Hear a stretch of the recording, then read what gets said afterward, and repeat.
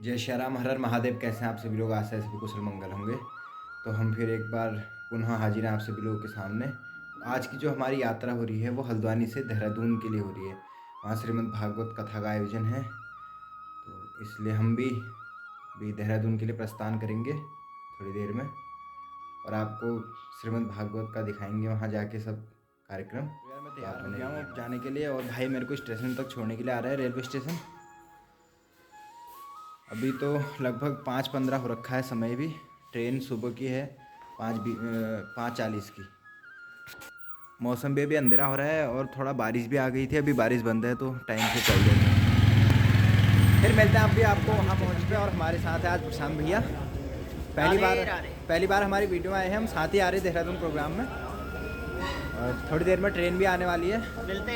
फिर मिलते हैं आपको देहरादून जाके। और हमको एक भैया और मिले हैं, हमने साथ ही अध्ययन किया है महादेवगिरी में, और ये प्रशांत भैया हैं। हेलो गाइस, तो मिलते हैं अभी आपको थोड़ी देर में। राधे, जय श्री राम।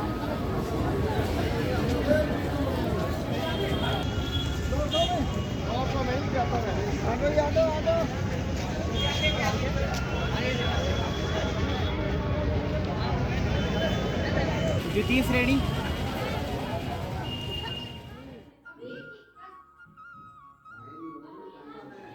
पुराना है। कितना पुराना है?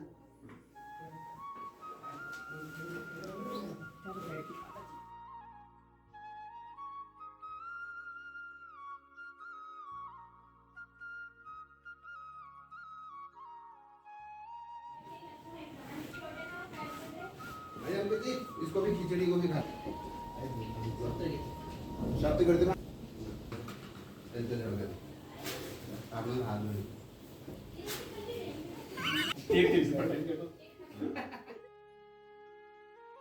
कलश यात्रा की तैयारी हो रही है कथा में।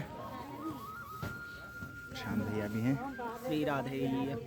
फिर आपको दिखाते हैं भी कलश यात्रा और आज की कथा।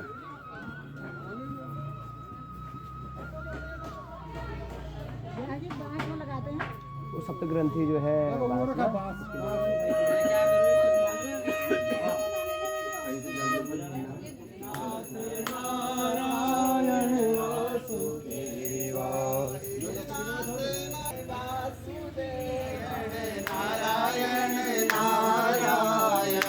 बद्री नारायण नारायण नारायण, बद्री नारायण नारायण नारायण, श्रीमन्नारायण नारायण अधिमन नारायण नारायण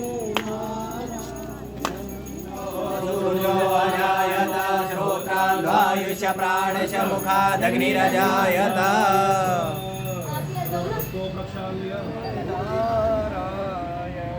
अजमन नारायण नारायण नारायण, अजमन नारायण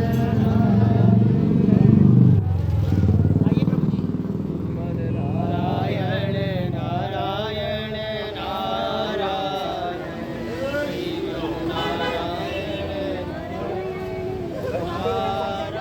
नारायण, जी जी।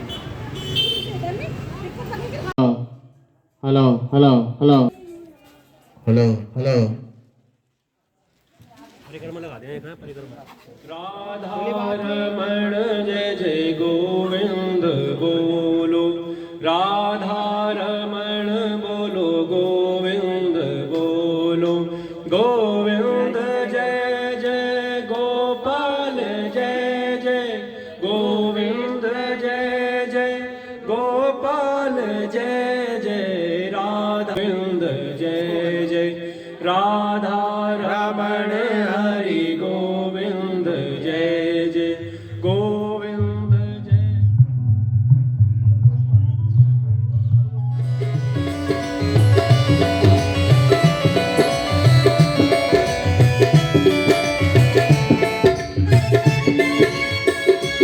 रथ में तुमको जो भी थावे, रथ में तुम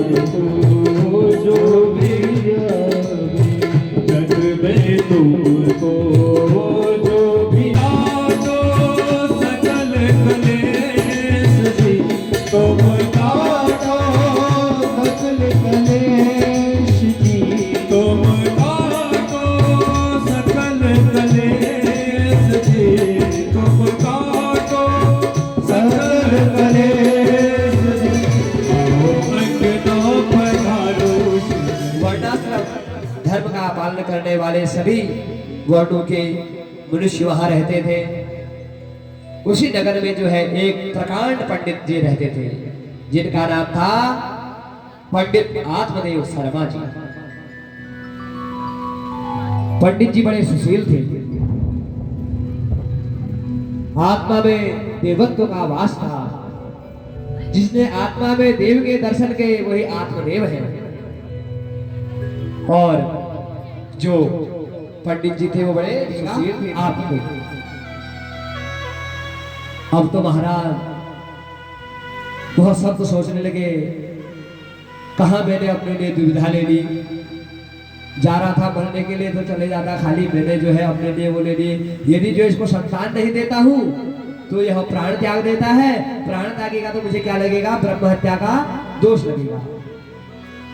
और पुत्र न दूं, अपनी झोली से एक फल निकाला और आत्मदेव ब्राह्मण को दे दिया और कहा इस फल को जो है अपनी पत्नी को देना, और भगवान ने चाहा तो आपके घर में जो है दिव्य संतान की प्राप्ति होगी। वन में जो है क्या मिले थे? एक संत मिले थे, उन्होंने यह फल दिया है और कहा है यदि आपकी पत्नी ने इसको भाव से ग्रहण किया, खाया, तो आपके घर में संतान की प्राप्ति होगी। अब तो महाराज धुंधली कहने लगे ठीक है आप यहाँ पर रख दीजिए, मैं क्या करूँगी कल प्रातः ही जो है स्नान इत्यादि करके भगवान का स्मरण करके इस फल को भक्षण कर लूंगी, खा लूंगी। अब तो महाराज आत्मदेव ब्राह्मण सोचने लगे, देखो अभी फल खाया भी नहीं, मेरे पत्नी के मन में ऐसे शुद्ध विचार आने लगे हैं, मुझे लगता है अवश्य ही जो है फल मिलेगा ही मिलेगा, पुत्र अवश्य होगा। जो कभी भगवान का नाम भी लेना नहीं चाहती थी मेरी पत्नी, आज वो कहने लगी कि कल प्रातः मैं भगवान का स्मरण करके इस फल को खाऊंगी तो मुझे लगता है अवश्य ही मेरे घर में संतान की प्राप्ति होगी। दिन प्रातः आत्मदेव ब्राह्मण अपने नित्य क्रिया कर कर जो है संध्या वंदना कर कर जो है पांडित्य कर्म करने के लिए चल दिए। और यहाँ धुंधली ने उस फल को खाया नहीं।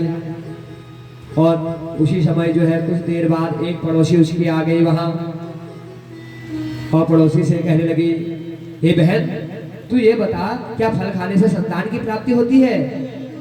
पता नहीं हमारे पंडित जी को आजकल क्या क्या हो गया है। कहने लगे कि फल खाओ, फल खाने से बच्चा हो जाएगा। क्या फल खाने से बच्चा होता है? तो वह पड़ोसन कहती है, सुना तो मैंने भी है कि फल खाने से जो है संतान की प्राप्ति होती है, कि संत महापुरुषों में तो बड़ी ताकत होती है, बड़ी दिव्य शक्ति होती है, तो खा लेना। तो कहती है, अरे बहन मैंने तो ये भी सोचा है, सुना है कि यदि मैं इस फल को खा लूंगी तो जो गर्भवती स्त्री होती है उसको बड़ा कष्ट सहना पड़ता है, उसको बड़ा कष्ट सहना पड़ता है। न इधर उधर ज्यादा डोल सकती है, न भाग सकती है, न ज्यादा तीखा खा सकती है। तो मेरी तो दुर्गति हो जाएगी। और यदि ऐसा ही हुआ, भगवान की इच्छा हुए और आपके घर में संतान उत्पत्ति होने वाली होगी तो जो है अपने ननद को बुला लेना, कोई ननद को बुला लेना। तो धुंधली कहती है, अरे बहन तू नहीं जानती मेरी ननद को, वो बड़ी चोटी है, वो तो बड़ी भयंकर है। यहाँ मैं बिस्तर में पड़ी रहूंगी और वहां मेरी बहन जो है मेरी तिजोरी की सारी संपत्ति चुरा कर चल देगी। और यदि फल खा भी लूंगी तो फल खाने से यदि मैंने तो सुना है कहीं बच्चा जो है आड़ा पीछा तिरछा लग गया तो जो है इसमें तो जो है माँ की मृत्यु हो जाती है। तो उनके मुंह को बंद करने के लिए कुछ धन दे देना, क्योंकि धुंधली के बाद तो बहुत धन था। अब तो महाराज धुंधली अब तो क्या किया, धुंधली ने अपने उदर में पेट में एक वस्त्र बांध दिया, गर्भवती स्त्री की तरह अपना वेश बना लिया और आत्मदेव ब्राह्मण से कहने लगी, हाँ मुझे जो है प्रतीत हो रहा है कि भगवान ने हमारी सुन ली है। अब तो आत्मदेव ब्राह्मण जो है प्रसन्न, वो तो भगवान की जो है माला ही माला जप रहे हैं। और यहाँ धुंधली सब क्या कर रही है, छल कपट कर रही है। समय आने पर महाराज कहते हैं उसकी बहन ने एक संतान को जन्म दिया और वह बहन जो है उस संतान को रात्रि में किसके पास लेकर आ गई? अपनी बहन धुंधली के पास। और यहाँ समाचार पहुंचा दिया किसके पास? आत्मदेव ब्राह्मण के पास कि आपके घर में संतान की उत्पत्ति हुई है। अब तो आत्मदेव ब्राह्मण बहुत प्रसन्न हो गए। उन्होंने जो है 108 ब्राह्मणों द्वारा षष्ठी वाचन करवाया, नामकरण संस्कार कराने के लिए जैसे तत्पर हुए तो धुंधली जो है तैयार हो गई, खड़ी हो गई। अब आत्मदेव ब्राह्मण ने तो अच्छा नाम सोचा था कि जो है मैं अपने पुत्र का कुछ अच्छा सा नाम रखूंगा, लेकिन धुंधली कहने लगी, अरे जी सुनते हो, 9 महीने कष्ट मैंने सहा और नाम आप कैसे रख दोगे? मेरा नाम धुंधली, तो मेरे पुत्र का नाम क्या होगा? धुंधकारी होगा। यथा नाम तथोगुण। अब माता का नाम हो गया धुंधली और पुत्र का नाम हो गया धुंधकारी। कुछ समय बाद 6 महीने बाद जो है कहते हैं वो फल कहाँ गया? जो फल जो है सत्य ने दिया था उस फल को, वो फल कहाँ गया? कहते हैं वो परीक्षा के लिए उस फल को जो है धुंधली ने किसको खिला दिया था? गौ माता को खिला दिया था। गौ माता को जब वह फल खिलाया तो उस गौ माता ने भी आज 6 महीने बाद जो है एक पुत्र को जन्म दिया। का था वह मनुष्य का था, लेकिन कान कैसे थे? गौ माता की तरह, इसलिए उनका नाम क्या पड़ गया? गोकर्ण।